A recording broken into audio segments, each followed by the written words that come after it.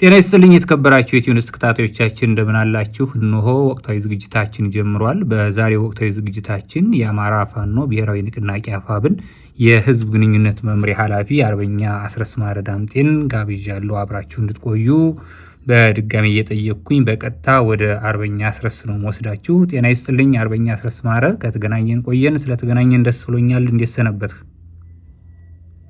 ጤና ይስጥልን። አመሰግናለሁ። እኔም ስለተገናኘን በጣም አመሰግናለሁኝ። የተለያዩ ጥያቄዎችን አነሳለሁኝ። እንደመነሻ ግን አሁን ላይ ከፋኖ ወቅታዊ እንቅስቃሴ ጋር በተገናኘ አዳዲስ መረጃዎችን ለተመልካቾች ለአድማጮች በማቅረብ ብንጀምር ጥሩ ነው።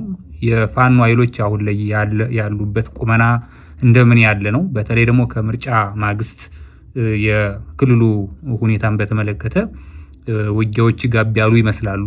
በእለቱ በምርጫ ዕለት ከፍተኛ የሆነ ዘመቻ አንሻ ሰይድ ያደረጋችሁ ስለመሆኑ ገልጻችሁ ስለነበረ እሱን አንመለስበትም። ከዛ በኋላ አፋብን እንደ ድርጅት እንዲሁም በአጠቃላይ የፋኖ እንቅስቃሴ እንደምን ያለ ነው፣ በምን ሁኔታ ላይ እንደሚገኝ እንዴት ትገልጸዋለህ? በእሱን ጀምርና ሌሎች ጥያቄዎቹን በደንብ እናነሳለን። በርካታ ጉዳዮች አሉ። ወታደራዊ ትብብሮችን በተመለከተ እንደዚሁ አነሳለሁና አሁን ያላችሁበት ቁመና እንዴት ይገለጻል? አርበኛ አስረስ። አመሰግናለሁ በላይ። እንግዲህ ያው እንደሚታወቀው ከዚህ በፊትም እንደተነገር ነው የአማራ ፋኖ ብሔራዊ ንቅናቄ በርካታ ተልእኮዎችን ነው እያከናወነ የሚገኘው። ከነኚህ መካከል የመዋቅር ስራዎችን የማጠናቀቅ ጉዳይ አንዱ እና ቁልፍ ጉዳይ ነበረ። ከቅርብ ጊዜ ወዲህ እነኚህን ስራዎች በጥሩ ሁኔታ እየሰራንና እያከናወን ነው የምንገኘው። በተለይ የድርጅቱ ሙሉ መዋቅር ኦልሞስት ተጠናቋል ማለት ይቻላል። በየዘርፉ መምሪያዎችን የሚመሩ ስራ አስፈጻሚዎችን አወቅረን ስራዎች ተሰጥተዋል። ይህንንም ለማድረግ ያው ፖሊስ ቢሮ በየዕለቱ ስብሰባዎችን ያደርጋል፣ ስራዎችን ይገመግማል። በተለያየ መምሪያ ስር የሚገኙ ስራዎችን ለማከናወን ደግሞ መመሪያዎች፣ የአሰራር ማኑዋሎች ማዘጋጀት ያስፈልግ ነበር። እነሱን እያዘጋጀን እያየን ተገምግመው እየጸደቁ እና ወደ ስራ እየገቡ ነው ያሉት። ሌላው መደበኛው የተጋድሎ ሂደትም በተመሳሳይ መንገድ እየቀጠለ ነው። የኃይል ግንባታ ስራችን ሰልጣኞችን አዳዲስ ምልምሎችን ወታደራዊ ስልጠና ማዕከላት ማስገባት እና ማሰልጠን በድርጅት ደረጃ እንዲከናወን ታስቦበትም እንዲሁ በቂ ዝግጅት እየተደረገ ነው። እስካሁን የነበረው በየህዝቡ የሚደረጉ ስልጠናዎችም በጥሩ ሁኔታ እየተከናወኑ ነው የሚገኙት። በቅርብ ጊዜ የምናስመርቃቸው በተለያዩ ማዕከላት የምናሰለጥናቸው እጩ ሰራዊት አባላትም አሉን። ጊዜውና ወቅቱን የሚመጥን ስራ ለመስራት በተለይም አሁን ባለው ነባራዊ ሁኔታ አገዛዙ በዲፕሎማሲ በፖለቲካው ረገድ የገባበትን አጠቃላይ አጣብቂኝና እንደ ድርጅት ደግሞ እንደ ተጋድሎ ደግሞ ያሉ መልካም አጋጣሚዎችን ኦፖርቹኒቲዎችን ወደ ድል ለመቀየር በሚያስችል መንገድ ለመምራት በቂ ዝግጅት እየተደረገ ነው። እነኚህ ሁሉ ያው ፖሊሲ ያስፈልጋቸዋል፣ ህግ ያስፈልጋቸዋል። እነኚህ ፖሊሲዎችና ህጎችን የማውጣት ስራ በጥሩ ሁኔታ እየተከናወነ ነው የሚገኘው። አጠቃላይ የድርጅቱን መዋቅራዊ ቅርጽ ተጋድሎውን መሸከም በሚችልበት ልክ የአማራን ህዝብ ጥያቄ አሁን ያለውን የቀጠናውን የኃይል አስተላለፍ ማስተናገድና መሸከም በሚችልበት ልክ ቁመና እንዲኖረው ድርጅቱ ሙሉ ቅርጹ በመዋቅርም በሀሳብም በፖሊሲም በሌሎችም ዘርፎች የተሻለ ሆኖ እንዲገኝ ለማድረግ የሚያበቃ በርካታ ስራዎችን በመስራት ላይ ነው የምንገኘው። በጣም አመሰግናለሁኝ። እንግዲህ ሰሞኑን በተለያዩ ወገኖች እየተነሳ ያለ እንዲያው በተናጠል ከሚነሳም አልፎ በድርጅት ደረጃም አንዳንዶቹ እንደየድርጅታቸው ፍላጎት ሲያነሱት እየሰማ ነው የወታደራዊ ትብብር ጉዳይ። ብዙዎቹ ምን ላይ ነው በፋኖ በኩልስ እንደምን ነው የሚገለጸው የሚለውን መስማት ይፈልጋሉ ብዬ አስባለሁኝ። አንዳንድ ሚዲያዎች በዜና መልኩ አቅርበዋል። ሌሎች ደግሞ ከድርጅት ሰዎች ጋር በነበራቸው ቆይታ ስለ ጸረ ብልጽግና ኃይሎች ወታደራዊ ትብብር እየተነሳ ነው የሚገኘው።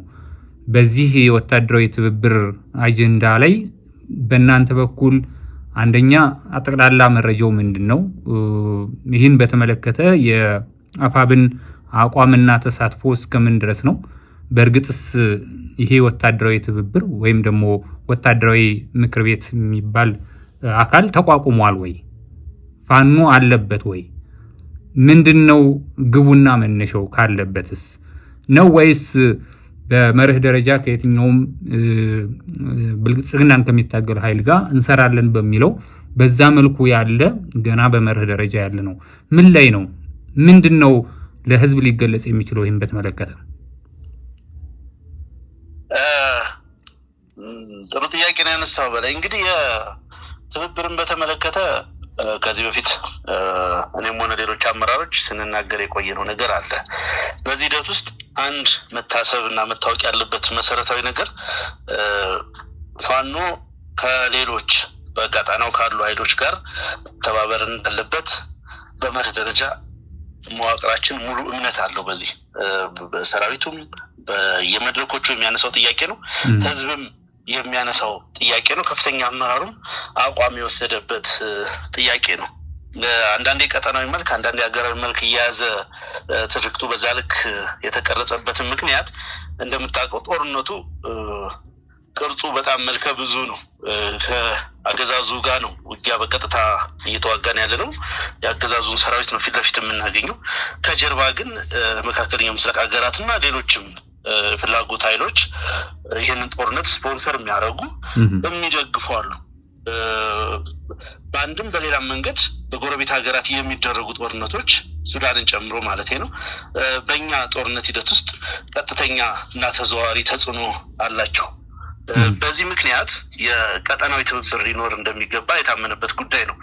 በሌላ በኩል ደግሞ ራሱ የአብይ አህመድ አገዛዝ ለአማራ ህዝብ ብቻ ሳይሆን ለኢትዮጵያ ብቻ ሳይሆን ለምስራቅ አፍሪካ አለመረጋጋት ምክንያት የሆነ ወይም ደግሞ ቀጠናው በዘላቂነት ሰላም እንዳይኖረው እና እንዳይረጋጋ እየሰራ ያለ አገዛዝ ከመሆኑ አኳያ የጋራ ጠላት ነው ብለን እናምናለን ለበርካታ በቀጠናው ላሉ ሀገራት። ከዚህ አንጻር እንደው የጋራ ጠላት ነው በሚል ብቻ ሳይሆን በቀጠናው ሰላም መፈጠር ካለበት የሁሉም ኃይሎች ፍላጎት ወደ አንድ ማዕከል መጥቶ መስተናገድ እንዳለበት ይታመናል። በዘላቂነት አገዛዙ ከተሸነፈ በኋላ እንኳን መልሶ ጦርነት ላለመፈጠሩ ዋስትና በሚሰጥ መንገድ ትብብር ያስፈልጋል፣ ንግግር ያስፈልጋል።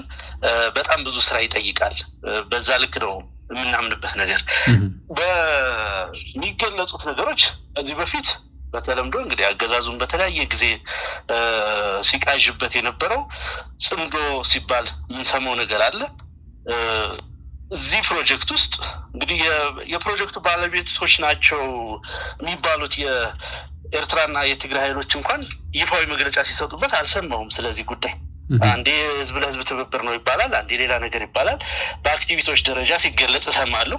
እዚህ ፕሮጀክት ውስጥ የአማራ ፋኖ ብሔራዊ ንቅናቄ የተሳተፈበት ሁኔታ የለም። አንዳችም አይነት እንቅስቃሴም አላደረገም። አሁን ደግሞ በቅርብ ጊዜ የሰማነው ወታደራዊ ካውንስል ወይም ወታደራዊ ትብብር የሚባል ነገር ሰምተናል። ይህንንም መዋቅራችን አመራራችን ኦፊሻሊ የሚያውቀው ነገር አይደለም ማለት ነው። እኔ ለምን ወታደራዊ እንደተባለም ራሱ ግራ ነው የሚገባው። ትብብር ካነሳን እኛ የምናደርገው ፖለቲካ መር የትጥቅ ትግል ነው። ፖለቲካዊ ዓላማ ይዘን ነው የምንታገለው። ወታደራዊ ትብብር ብቻ ተብሎ ለብቻው አንድ ዘርፍ ብቻ ሊይዝ የሚችልም አይደለም።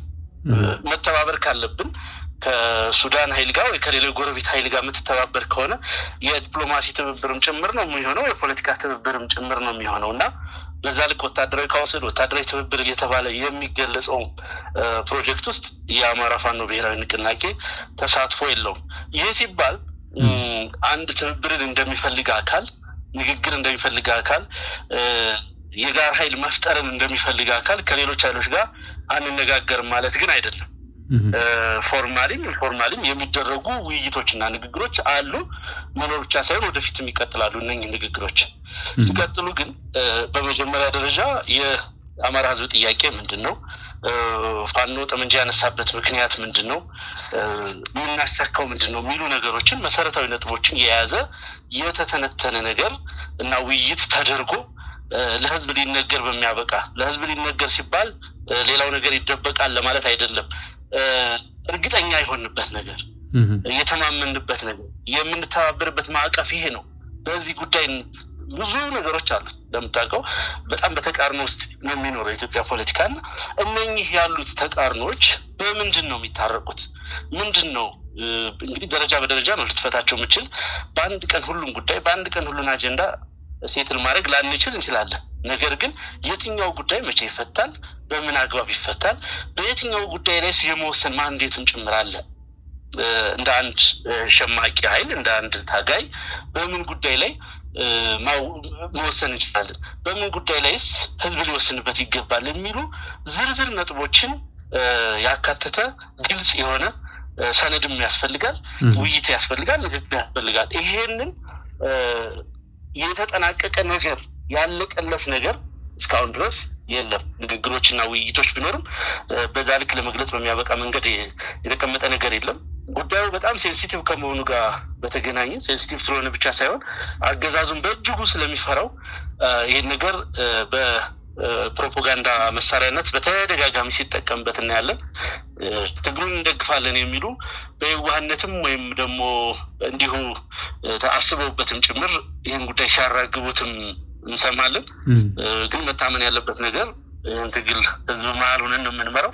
የህዝብ ትግል ነው። ከህዝብ ፍላጎት ከአማራ ህዝብ መጪ እድል እና ዘላቂ ሰላም እና ህልውና ጋር በተገናኘ መንገድ የሚታይ እንጂ ከዛ በተነጠል መንገድ እንደው ዝም ብሎ በተከታይነት በሌላ መንገድ ሊወሰድ የሚችል ኃይል አይደለም። አሁን ባለንበት ቁመናም የትኛውም ኃይል ማኒፑሌት የሚያደርገው አይደለም። የፋኖን እንቅስቃሴ ግዙፍ የሰራዊት እንቅስቃሴ ያለው ነው። ግዙፍ የሆነ ፖለቲካዊ አቅም ያለው ስለሆነ በዛ ልክ ነው መታወቅ ያለበት።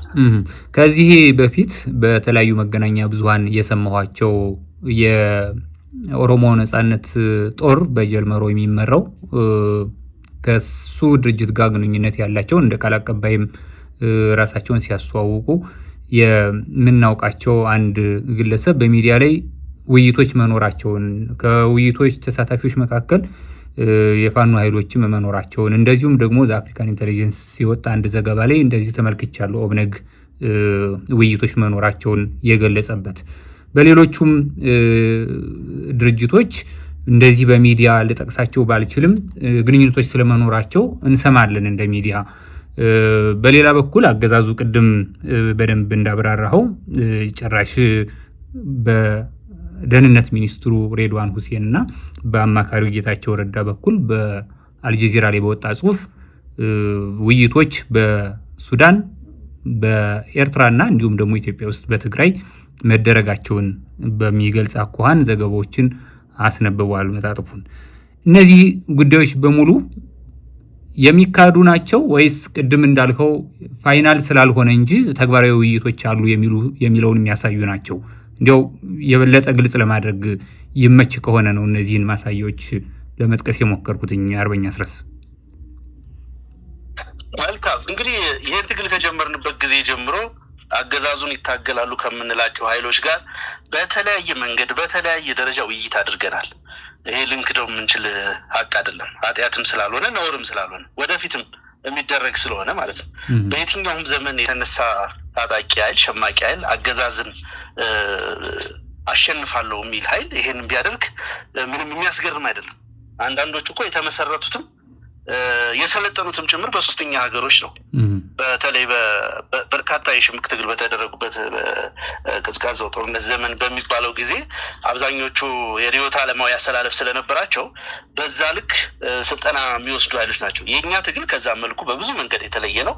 መሀል ሀገር ላይ የተጀመረ ነው። በህዝብ መሀል የተጀመረ ነው። በጣም በአጭር ጊዜ በፈጣን እንቅስቃሴ ትልቅ ደረጃ የደረሰ ትግል ነው ያለው። ያ ባህሪው ያ በመሆኑ ምክንያት ያልተደረገም እንጂ ንግግር ሳታደርግ ውይይት ሳታደርግ የምትመራው ትግል የለም። የምትሰራው ፖለቲካ ነው። አንድ የቀጠናው ራሱ መልከ ብዙ ፖለቲካ አስተሳሰብ እና ብዝሃነት አለው ራሱ ምስራቅ አፍሪካ። ከዛ ባሻገር የኢትዮጵያ ብዝሃነት የሚታወቅ ነው። የፖለቲካ ፍላጎቶቹም እንዲሁ በርካታ አይነቶች ናቸው። ስለዚህ እንዲህ አይነት ንግግሮችና ውይይቶች ጤናማ ናቸው። ከፖለቲካ እይታም አንጻር የሚኮንኑም አይደሉም። ተደርገዋልም ይደረጋሉ። አሁን ያነሳቸው እንግዲህ አንዳንዱ ደረጃውና ልኩ ሊገለጽ በአስተማማኝ ደረጃ እንዲህ ከሚባል ኃይል ጋር እንዲህ አይነት ስምምነት ላይ ደርሰናል፣ እንዲህ ከሚባል ኃይል ጋር እንዲህ አይነት ድጋፍ አግኝተናል፣ እንዲህ የሚባል ኃይል በዚህ ግንባር ይሰለፋል ብለህ በምትናገርበት ደረጃ ያልደረሰን ነገር እንደው እግረ መንገድህንም ስትነጋገር በስልክም ስትነጋገር አንድም ሁለትም ሆነ ምን ብናደርግ ይሻላል ብለህ የተወያየው ሁሉ ለሚዲያ ፍጆታ የሚውል ስላልሆነ እንጂ እንዲህ አይነት ንግግሮች የነበሩ የቆዩ ናቸው። ካነሳው አይቀር የጌታቸው ረዳና የሬድዋን አዘጋጁት የተባለውን አርቲክል አይቼዋለሁ። እውነት ለመናገር ምንም የተለየ አዲስ ነገር አላመጣ ኑሮት አይደለም። ለምን በዚህ ወቅት ያን ነገር ማድረግ እንዳያስፈልጋቸው በእኔ እምነት የሚመስለኝ አንድ በኩል ከፍተኛ የሆነ ስጋት ፈጥሮባቸዋል ትብብሮቹ። እነኚህ የትብብር ነገሮች ወደ ተጨባጭ ደረጃ አድገው መሬት ከወረዱ ያገዛዙ እድሜ በጣም አጭር እንደሚሆን፣ የመሸነፍ እድሉ በብዙ ጥፍ እንደሚጨምር እርግጠኛ መሆናቸውን እና አጠቃላይ አገዛዙ ላይ የፈጠረውን ድንጋጤ ነው የሚያሳየው። በሌላ በኩል ደግሞ በቅርብ ጊዜ እንዳየው እናንተም በሚዲያችሁ ደጋግማችሁ እንዳነሳችሁት በርካታ ዓለም አቀፍ ሚዲያዎች ብዙ ትንታኔዎችን ሰርተዋል። እንደው ተደርጎ በማይታወቅ ደረጃ በተከታታይነት በተመሳሳይ ወቅት የአገዛዙን ውድቀት ከዚህ ከምርጫው ጋር በተያያዘ ከምርጫው ዋዜማና ማግስት ብዙ ነገሮች ተብሏልና አሁን ዓለም አቀፍ ማህበረሰቡ የጋራ ስምምነት ላይ የደረሰ ይመስላል በአብይ አህመድ አምባገነንነት፣ ጨፍጫፊነት እና የቀውስ አገዛዝ በመሆኑ ጉዳይ። ስለዚህ በዚህ በኩል የደረሰባቸውን ኪሳራ በዲፕሎማሲ በኩል በፖለቲካ በኩል የደረሰባቸውን ኪሳራ ለመሸፈንና ለማካካስ ነው ያ ነገር ወጣ ብዬ ማስበው። ምንም የተለየ ነገር የለውም። እናንተም ተጠቅሳችኋል። ያው የፋኖ ኃይሎች አሁን ባሉበት አደረጃጀት ያልነበረ ቢሆንም ቀደም ሲል የትግራይ ጦርነት እንዲቀጥል ፍላጎት የነበራቸው ኃይሎች ተብለው ከተጠቀሱት መካከል እናንተም ስሙን ስለተዋሳችሁ ተወንጀላችኋል። እንዳልኩት በአደረጃጀት የተለያየ ቢሆንም ለዛም ነው አብሬ የሚያነሳውትኝ። አዎ አንስተዋል፣ አይቼዋለሁ። እንግዲህ በእነሱ ጽሁፍና በእነሱ ንግግር ምክንያት የትግራይና አማራ ህዝብ ተለያይቶ እንዲቆይ እንግዲህ ያለቃቸው ምኞቴ ነው። በየተራ ህዝብን ማጥፋት፣ ህዝብን ከህዝብ ማጋጨት ነው። ስለዚህ የፋኖ ኃይሎች በትግራይ የነበረው ጦርነት እንዲቀጥል ይፈልጉ ነበረ። ጦርነቱ ሲቆም አኮረፉ የሚል ትርክት ነው ይዞ ለመምጣት የሞከሩት። ይሄ ፍጹም ሀሰተኛ የሆነ ነገር ነው። የፋኖ እንቅስቃሴ ከፕሪቶሪያ ስምምነት ቀደም ብሎ ራሱን ችሎ በመዋቀር ራሱን ችሎ የራሱን ግብና ተልዕኮ አስቀምጦ የተጀመረ እንቅስቃሴ ነው። ዓላማውም የአማራን ህዝብ የህልውና ጥያቄ ማስመለስ ነው። እንግዲህ እንደምታውቀው የፕሪቶሪያ ስምምነት የአማራን ጉዳይ ኦቨርሎክ ያደረገ ነው ብለን ነው የምናምነው።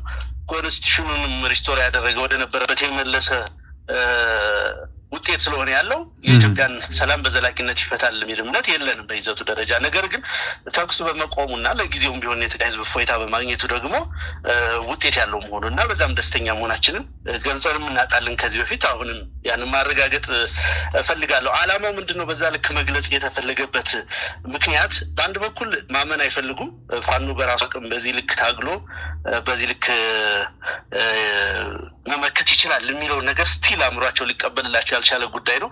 በሌላ በኩል ደግሞ እንዳልኩ ህዝብ ለህዝብ ለማለየት ልክ የአማራ ህዝብ የትግራይ ህዝብ እንዲጠፋ ይፈልጋል በሚል አይነት መንገድ እንዲቀረጽ ትንታኔው ፈልገው ያነሱት ጉዳይ ነው። በዚህ ልክ ሌላውን ኃይል እነሱ እየኮነኑ ለምሳሌ ከግብጽ ጋር ይሰራል እያሉ ከሌላው ጋር ይሰራል ያሉ እነሱ እኮ ካይሮ ኤምባሲ ያላቸው። አብይ አህመድ እኮ ኢትዮጵያን ኤምባሲ ከካይሮ አላነሳም፣ ግን ሲኮንን ትሰማዋለህ። 50 ዓመት እድሜ ባላት ዩናይትድ አረብ ኤምሬትስ በባርነት ሀገሩን ሸጦ ሙሉ የሚሊታሪ መዋቅሩን ያስረከበ አገዛዝ ነው ለአማራ ህዝብ ነጻነት የወጣውን በይፋኖ ኃይል በባንዳነት በባዳነት በምናምን የሚል የፖለቲካ ቃላት ስም ሊያጠፋ የሚሞክረውና ይሄ ተደጋግሞ የተነሳ ነገር ህዝቡም ሊገዛው ያልቻለው ጉዳይ ስለሆነ ያን ያክል አሳሳቢ ነገር የለውም። በአጠቃላይ ግን ከትብብር አንጻር ካየው ምን ያክል እንዳስደነግጣቸውና ምን ያክል ትብብሩ አስፈላጊ መሆኑን የሚያረጋግጥ ሆኖ ነው ያገኘሁት እነሱ በዛ ልክ ሪያክት ማድረጋቸው። ከዚሁ ጉዳይ ጋር በተያያዘ ያው እንዲያው በቀጥታ አንተው እንድትመልሰው ይህን ጥያቄ ስምህም የተነሳበት ስለሆነ በተለይ በኦሮሞ የፖለቲካ ኃይሎችና በሚዲያዎች በኩል አርበኛ አስረስ ማረ ወደ ወለጋ ሄዶ ከፋኖ በአካባቢው ከሚንቀሳቀሱ ራሳቸውን ከሚከላከሉ የፋኖ ኃይሎች ጋር ውይይት ሲያደርግ ያጀቡት የአካባቢውን ቋንቋ የማይናገሩ ሌሎች የጽምዶ አባላት ወይም ሰራዊት ናቸው የሚል ስም ተነስቶ ፎቶ ሁሉ ተለጥፎ ዘገቦች ተሰርተውባል። አይተኸዋል? ምንድነው መነሻው? ምንድነው የተከናወነው? በእርግጥ ወደ ወለጋስ ሄደህ ነበር ወይ?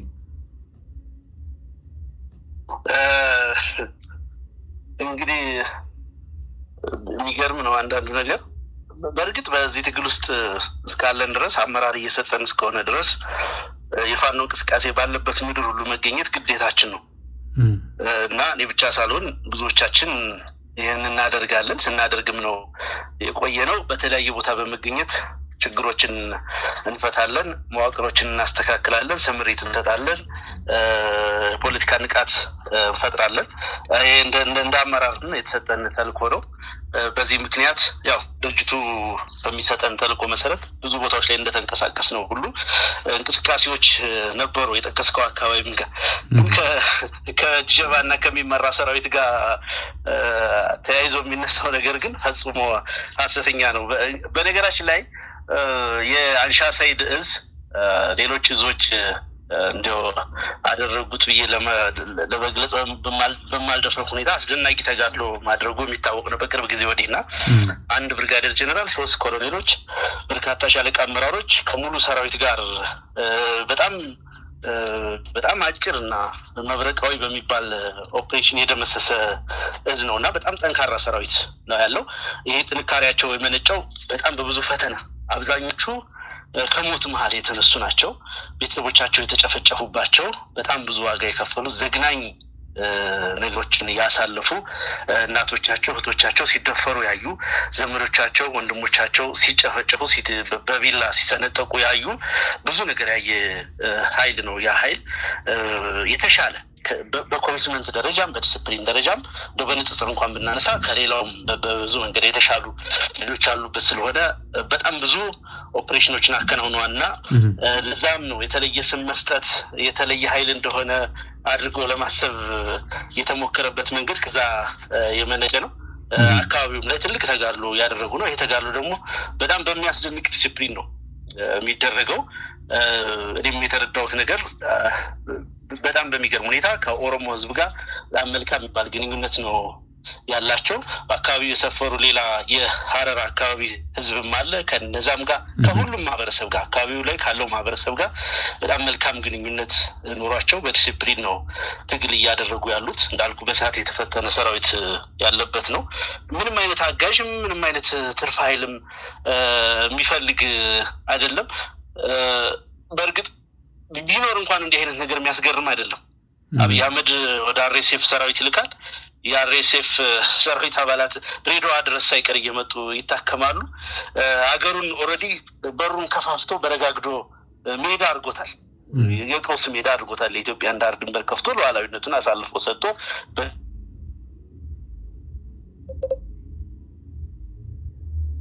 የሆነ ሱዳን ወይ የሆነ ኃይል ኢትዮጵያ ምድር ውስጥ ቢታይ የሚያስገርም አይደለም። አስቀድሞ የሀገሪቱ መንግስት የፈቀደው በታሪክ ታይቶ በማይታወቅ ደረጃ በራሱ መልካም ፈቃድ የጋበዘ እንግዲህ የውጭ ኃይል ወደ ኢትዮጵያ በመጋበዝ ውጊያ ያደረገ የመጀመሪያው ሰራዊት ነው። የመጀመሪያው መሪ ነው አብይ አህመድ በታሪክም ጭምርና በዛ ልክ የተደረገ ስለሆነ ያን ነገር ቢጠረጥሩ ራሱ የሚያስገርም አይደለም። ያ ጥርጣሬ የመነጨው ግን ከልጆቹ ጠንካራ ተዋጊነት ከዲሲፕሊናቸውና አካባቢው ላይ በጣም ከፍተኛ የሆነ የበላይነት እያሳዩ ትልቅ የሆነ ቁጥጥር እየወሰዱ በመምጣታቸው በጣም የተደራጁ የሆኑ ከመምጣታቸው ጋር ተያይዞ የተፈጠረ ስጋት ነው። በእርግጥ የእነዚህ ልጆች መደራጀት የአንሻ ሰይድ እዝ መጠናከር ጠቀሜታው በአካባቢ ላለው የኦሮሞም ሆነ የሌላው ህዝብ ጭምር ነው። ምክንያቱም የተደራጀ ኃይል ዲሲፕሊን ይኖረዋል፣ ተጠየቅነት ይኖረዋል፣ በዛ ልክ ከህዝብ ጋር መልካም ግንኙነት ይኖረዋል። የተበታተነ ኃይል ግን አደጋ እና ቀውስ ይዞ ስለሚመጣ ከዛ አንጻር ይሄ መደራጀት በህዝቡም በኦሮሞ ህዝብም በሌላው በኦሮሚያ አክቲቪስቶችም ጭምር በመልካምና በበጎ መታየት ያለበት እንደሆነ ነው እኔ መግለጽ እንፈልገው።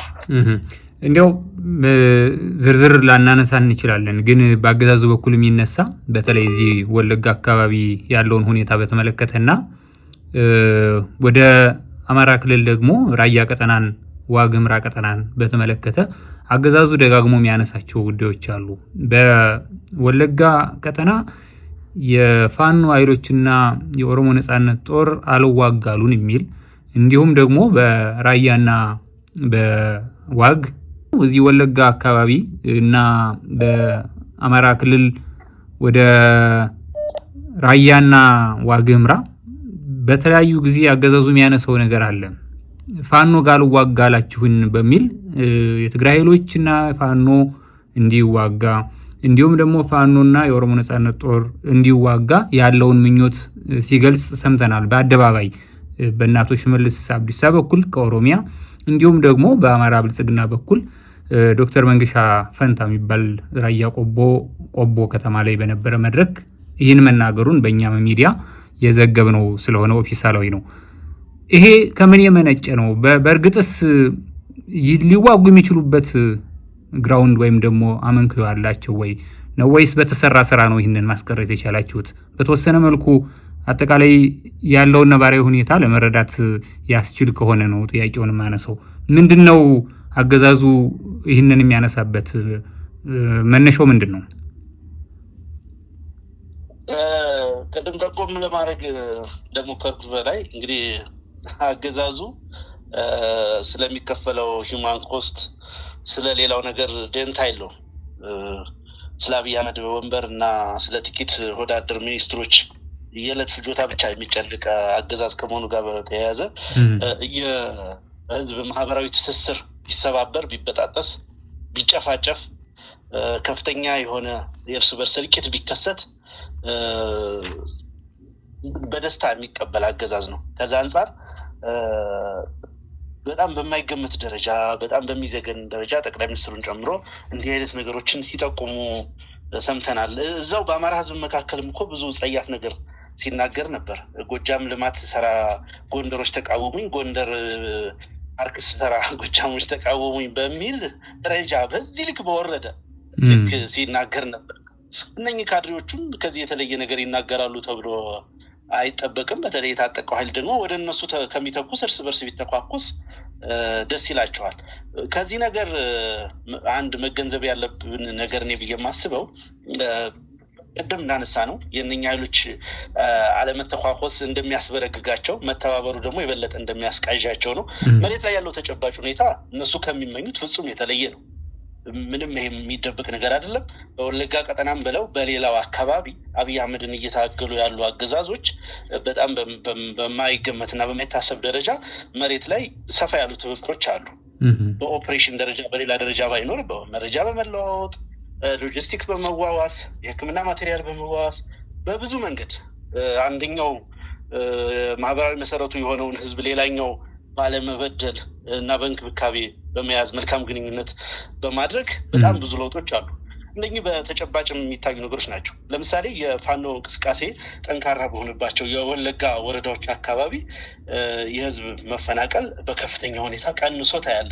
ይሄ ዝም ብሎ የመጣ ነገር አይደለም። መስዋዕትነት ከፍለውበት ሰርተው ከሌላው የኦሮሞ ኃይል ጋር ያላቸውን ትብብርና መልካም ግንኙነት በማስተካከል የተገኘ ውጤት ነው። ሌላውም አካባቢ ተመሳሳይ ነገር ነው ያለው። በአንጻሩ አገዛዙ ምን እያደረገ ነው ያልከሆነ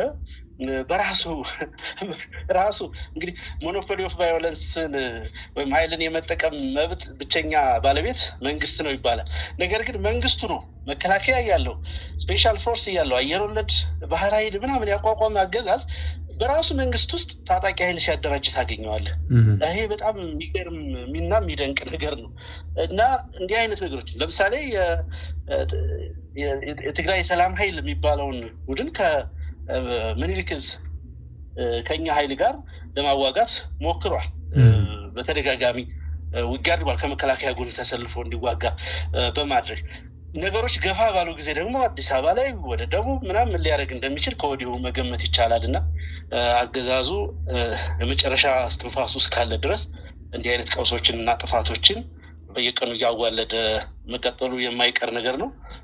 በአብይ አህመድ በተቃራኒ የተሰለፈው ኃይል ግን ሁሉም ገብቶት ሁሉም በተናጥሮ ዋጋ ከፍሎበት ያገዛዙንም ባህሪ በሚገባ ተረድቶት እንደው በዲስኮርስ ደረጃ በድርጅት ደረጃ ካለው ስለ ትብብር ከመንገሩ ባሻገር መሬት ላይ ያለው ሰራዊት አንደኛው ለአንደኛው ድጋፍና ወዳጅነት እያሳየ ያለበት ወቅት ላይ ነው የምንገኘው።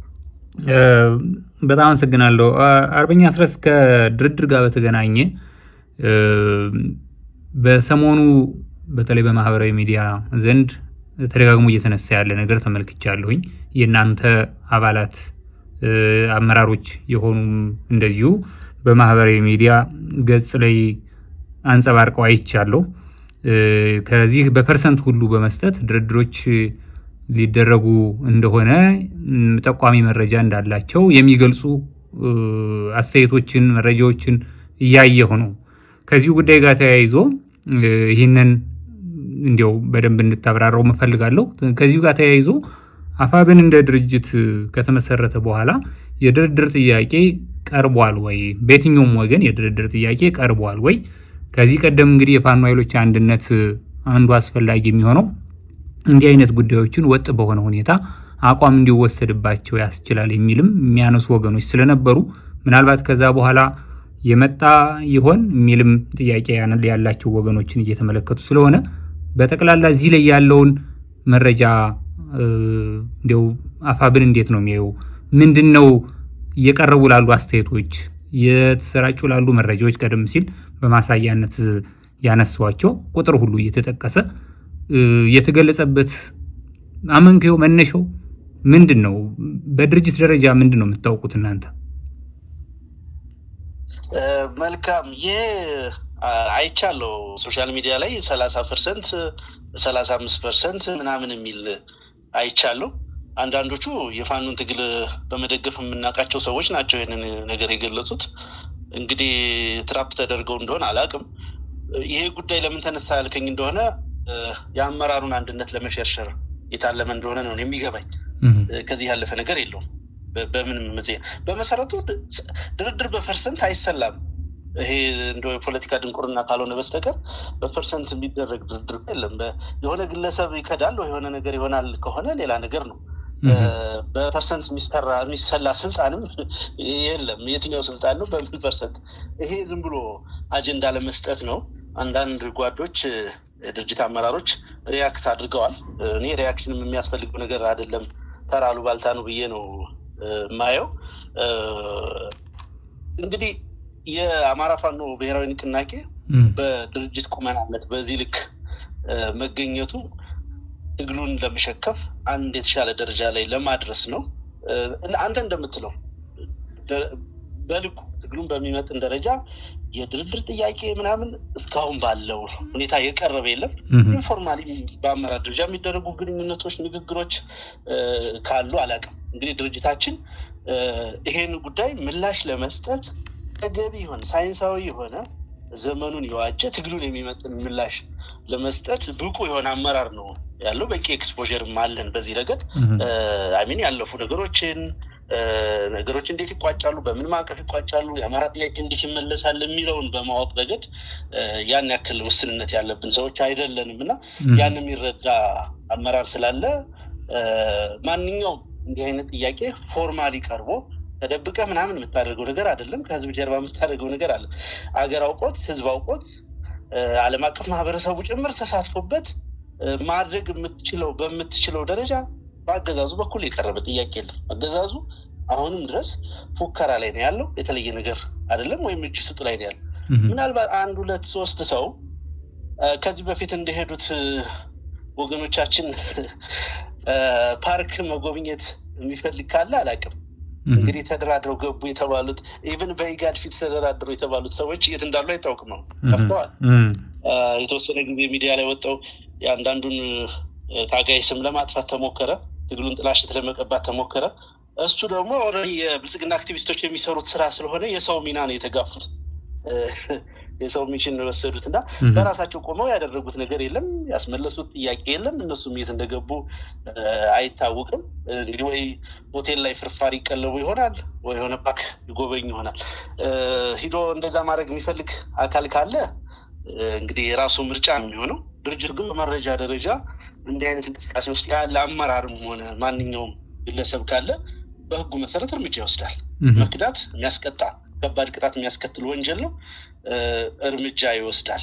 ከዛ በተረፈ ለድርጅቱ እንዲህ አይነት ነገር እንኳን ካለ ጥቆማ መስጠት እየተቻለ በአመራሩ መካከል ከፍተኛ የሆነ ጥርጣሬ ለመፍጠር በተለይ በዚህ ወሳኝ ወቅት ላይ ይህንን አጀንዳ የሚያራግቡ አክቲቪስቶች እና ሌሎች ከዚህ ድርጊታቸው ቢታቀቡ መልካም ነው ብዬ ነው እኔ በበኩሌ ማሳስበው። ምንም እንደዚህ የሚያወናብድም ነገር የለም። በሙሉ ቁመናችን ስራ ላይ ተሰማርተን እየሰራን ነው ያለው። በከፍተኛ ጉጉት ነው ተልእኮውን እየፈጸመ ያለው የአማራ ፋኖ ብሔራዊ ንቅናቄ። እንዳነሳውልህ አሁን አገዛዙ በጣም በብዙ መንገድ የተዳከመበት ወቅት ላይ ነው የምንገኘው። ነባራዊ ሁኔታው ለኛ ፌቨር የሚያደርግ ነው። ስለዚህ ያንን ኦፖርቹኒቲ ለመጠቀም ርብርብ ላይ ነው ያለ ነው። አድማጮቻችንን በደንብ እንዲያውቁት የምንፈልገው ወደ ድል ለመገስገስ ሩጫ ላይ ባለንበት ወቅት የሚናፈስ እንዲህ አይነት መሰረተ ቢስ መረጃ ይዘው ጥርጣሬ እንዳያድርባቸው አደራ ማለት ነው የምፈልገው። እኔ ባለኝ መረጃ እኔ በማውቀው ልክ እንግዲህ የተቋሙ ፖሊስ ቢሮ አባል እንደመሆነ ይመጣል። እኔም ጥያቄን ማነሳው አርበኛ አስረስ እኔም ጥያቄውን ማነሳው የድርጅቱ የፖሊስ ቢሮ አባልና ቃል አቀባይም ወይም ደግሞ የህዝብ ግንኙነት መምሪያ ኃላፊም ስለሆንክ በዚህ ጉዳይ ላይ ሙሉ መረጃ ይኖርሃል።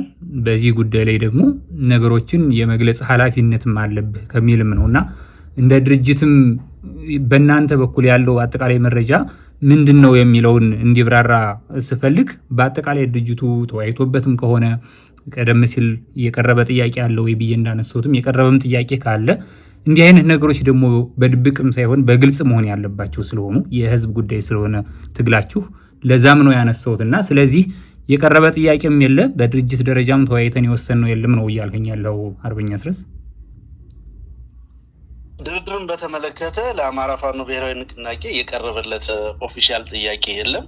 በዚህ ጉዳይ ላይም ድርጅቱ ከተመሰረተ ወዲህ ለአንድም ቀን ድርድር አድርገን ውይይት አድርገን አናቅም ማለት ነው። ይሄ ጉዳይ አጀንዳ ከሆነ በዚህ 2-3 ቀን ውስጥ ባሉባልታ ደረጃ መወራት ከጀመረ በኋላ ግን ተነጋግረንበታል። ትናንትም ዛሬም ተነጋግረንበታል። ጉዳዩ መሰረተ ቢስ እንደሆነ ተማምነንበታል። ምንም እንደዛ የሚያባብል ነገር እንደሌለ ተነጋግረናል። በአጭሩ ይህን በተመለከተ እንደ ድርጅት የምናውቀው ነገር አለመኖሩን መገልጽ። በጣም አመሰግናለሁኝ አርበኛ አስረስ። እንግዲህ ከዚሁ ጋር ተያይዞ አሁንም ምናልባት እያነሳ ነው ያለው አንዳንዱ መነሻው የት እንደሚሆንም ግምቶችን ብዙዎች ያስቀምጣሉ። በትክክል ባይታወቅም ግን በይፋ የተነገሩትን ነገሮች ደግሞ ማንሳት ተገቢ ነው። ያገዛዙ ጦር የኤታማዦር ሹም ፊልድ ማርሻል ብርሃኑ ጁላ ከሰሞኑ ባደረጉት ንግግር ላይ የጽምዶን ጉዳይ አንስተው ፋኖንም ጨምረው በዛ ውስጥ ያነሱትና እንደ በአገር አፍራሽነት ቀይ ባህርን ባሳጡ ትውልዶች ተሳታፊ እንደሆነ አድርገው ያቀረቡት ንግግር አለ። ሰምተው ይሆናል ብዬ አስባለሁኝ። ቀይ ባህርን ያሳጣ ትውልድ በፋኖ ውስጥ አለው የሚለውን እንዲያው በዛው ልታብራራው የምትችለው ነው። ነገር ግን ክሱ ጎረቤት ሀገራትና ሌሎችንም እየጠቀሱ የነሱ ተላላኪና ጉዳይ አስፈጻሚ ሆነዋል የሚል ጥያቄ አዘል ወቀሳና ወንጀላን ያቀረቡት በዋናነት በእርግጥ ከ1960ዎቹ ጀምሮ የሚነሳ እንጂ አሁን የተጀመረ አይደለም የሚልም እንደዚሁ አንስተዋል። ከጽምዶ ፕሮጀክት ጋር ምንም ግንኙነት የለንም የሚል መልስ የሰጠኝ ቢሆንም ነገር ግን ደግሞ አገዛዙ ያነሳው ለአደባባይ ፍጆታ ስለሆነ ለሚዲያ ፍጆታ ስለሆነ ህዝቡም የሰማው ስለሆነ በዛ ልክ የእናንተንም አስተያየት ምላሽ ማቅረቡና ማሰማቱም ተገቢ ስለሆነ ይህን ንግግር እንደምን አያችሁት? እንዴት ነው እናንተስ ጋር ግንኙነት ያለው ጉዳይ አግኝታችሁበታል? ያው የፊልድ ማርሻሉ ንግግር ሁልጊዜም ፈገግ የሚያሰኙ ናቸው። አንድ ኮሜዲያን ከሚያቀርበው መድረክ እንትን በላይ የሚያስቁ ናቸው እንግዲህ እንደሚታወቀውና በተለያየ ጊዜ የተለያየ ነገር ነው የሚናገሩ። አንዳንዱን ቁም ነገር ሳይሰጠው ይታለፋል። እኔ በሁለት መንገድ ነው የሰውየው ባህሪ ብቻ ሳይሆን ከፍተኛ አመራር የሆነ ሰው በዚህ ልክ የሚናገርበት ምክንያት አገዛዙ ለዚህ ጦርነት ትርክት መፍጠር አልቻለም። በብዙ መልኩ ሞክሮት ያልተሳካለት ነገር ነው። በብዙ መልኩ እንግዲህ ጦርነቱን ሲከፍት በአማራ ህዝብ ላይ ጦርነት ሲከፍት አይደለም በሁለት ቀናት ውስጥ አይደለም ትጥቃቸውን ቀበቷቸውን አስፈታለሁ ዲሚሊታራይዝ አደርጋለሁ የአማራን ህዝብ ብሎ ነው ጦርነቱን የጀመረው። የጦርነቱ ውጤት የምናየውን ነገር ይዞ መጣ። ከዛ በኋላ ያንን ትርክት ማስፈጸም አልችል ሲልና መቋቋም ሲያቅተው ደግሞ ከውጭ ኃይሎች ጋር እየተገናኙ ነው። ከጥቂት ቀናት በኋላ እንግዲህ ብርሃኑ ጁላ ብትሰማው ደግሞ የለም እየለቃቀምናቸው ነው ሲል ሰማው ትችላለህ።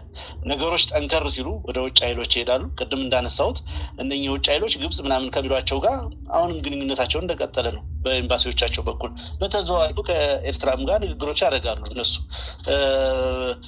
ለባዕዳን ሀገሩን አሳልፈው ሰጠውታል። እነሱ ይህን በሚያደርጉበት ሁኔታ ውስጥ ነው እንግዲህ አንድን ሸማቂ ኃይል በዚህ ልክ በባንዳነት ለመክሰስ እየሞከሩ ያሉት። የተለያየ ነገር በተለያየ ጊዜ ነው የሚነገረው የሚባለው ተቃራኒ ነገር ሁሉ ይሄ ዓላማ ቢስ ጦርነት ውስጥ እንደገቡ ነው በግልጽ የሚያመላክተው። ጦርነቱን የሚያደርጉበት የታወቀ የተጨበጠ ዓላማ እንደሌላቸው ነው የሚያሳየው። የስልሳዎቹ ትውልድ የሚለው ብርሃኑ ጁላ አሁን ስራ ላይ ያለውን ህገ መንግስት ይዞት የመጣውን ትውልድ ነው። እንግዲህ ብርሃኑ ጁላ ተልኮ ይሄንን ህገ መንግስት ተጠብቃለሁ ብሎ ነው የሚናገረው። ስለዚህ እሱ የስልሳዎቹ ትውልድ የሚለው ኃይል የፖለቲካ ኃይል የፈጠረውን የሰራውን ህገ መንግስት እየጠበቀ ያለ መሪ መልሶ ደግሞ ያንን ትውልድ ሲኮንን ማየት በጣም አስቂኝ ነው። በዛ ሂደትም ያለፈ ነው። በነገራችን ላይ ቀይ ባህርን በማሳጣት ሂደት ከፋኖ በብዙ እጥፍ ተሳትፎ አደረገ ከተባለ ብርሃኑ ጁላ ነው። ፊልድ ማርሻል ብርሃኑ ጁላ ለመንግስቱ ኃይለማርያም አገልግሏል፣ ለመለስ ዜናዊ አገልግሏል፣ ለኃይለማርያም ደሳለኝ አገልግሏል። አሁን ደግሞ ለአብይ አህመድ እያገለገለ ነው። በእነዚህ ዘመናቱ ሁሉ የተፈጠሩትን ነገሮች ማሰብ ነው እንግዲህ በተለያየ ኃላፊነት ደረጃ ከተራ ወታደርነት ጀምሮና ምንም እንዲህ የምትለው ነገር በነገር ላይ ቀይ ባህርን አይደለም ብርሃኑ ጁላ እኮ አማራ ክልልን አያስተዳድርም፣ ትግራይን አያስተዳድርም። እንዲሁ ስለ ቀይ ባህር ይቃዣሉ እንጂ ቀድሞም የነበረውን ከፊሉን ኦሮሚያ አያስተዳድርም። ከፊሉን የሀገሩን ክፍል የማያስተዳድር እዛ ላይ ሙሉ ቁጥጥር የሌለው አካል ስለ ቀይ ባህር መደንፋቱ አሁንም የህዝብ ልብ ለመያዝ ሌላ አማራጭ ስለጠፋ እንግዲህ ኦልሞስት 2 ዓመት ሆናቸው ይሄን አጀንዳ መስራት ከጀመሩ ከባህር በር ከባህር ኃይል ከቀይ ባህር ከምናምን ጉዳይ በማያዝ በጣም ስሜት ኮርኳሪና ብሔራዊ ጥቅሞችን መሰረት ያደረጉ እንቅስቃሴዎች ለማድረግ ሞክረው ነበር። ሌላ አጀንዳ እስከሚያመጡ ድረስ እንግዲህ እዚህ ላይ ትንሽ መቆየታቸው አይቀርም። ለማንኛውም ፋኖ በእንዲህ አይነት ጉዳዮች በትውልድ ደረጃም በግንኙነት ደረጃም የሚታሰብ የሚትችም የሚነገርም ነገር የለውም። ምንም አይነት ታሪካዊ ትስስር የለውም ከዛ ዘመን ጋር ማለት ነው። ለዛም ነው አዲስ ትውልድ አዲስ አስተሳሰብ አዲስ ተስፋ የሚል ሞቶ በተደጋጋሚ እንጠቀማለንና አንዱ ምክንያታችንም ይሄ ነው። የወረስነው የፖለቲካ ባህልም ጭምር የለም ፎርዛት ማለት አለም የፖለቲካ አስተሳሰቡና ፍልስፍናው በባህልም ደረጃ ደጋግመን ሊቀመንበራችን አርበኛ ዘመነ ካሴም ደጋግሞ እንደሚለው ቅንነት የምንለው ከዛ የፖለቲካ ተንኮልና ሴራ የተፋታ የራሱ የፖለቲካ ባህል ያለው ትውልድ ነው የተፈጠረው። ለዛም ነው እስካሁን ያለበቂ ሶስተኛ ሀገር ድጋፍ ያለበቂ እርሾ ያለበቂ ሲኒየር ሊደርሽፕ ሲዝንድ ፖለቲካን የማይመራው ነገር ግን በራሱ ኃይል ተነስቶ ራሱ ፖለቲከኞችና ተዋጊ ኃይሎችን እየፈጠረ ያለ ኃይል እየመራን የምንገኘው። ለዛም ነው በዛ ጉዳይ እንደው ባይደክም ነው እምለው ፊልድ ማርሻሉ ምንም ውሃ የሚቋጥር ነገር የለውም።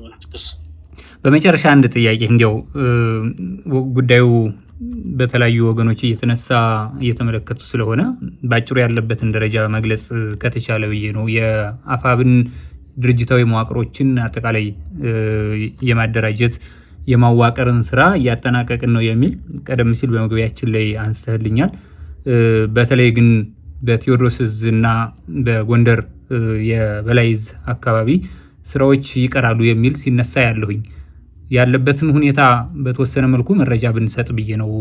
በዕዝ አደረጃጀት ላይ ስራዎች ተጠናቀዋል ማለት ይቻላል ወይስ በምን ሁኔታ ላይ ነው ያሉት? ይህንን ገልጸን እናጠናቃለን። አመሰግናለሁ።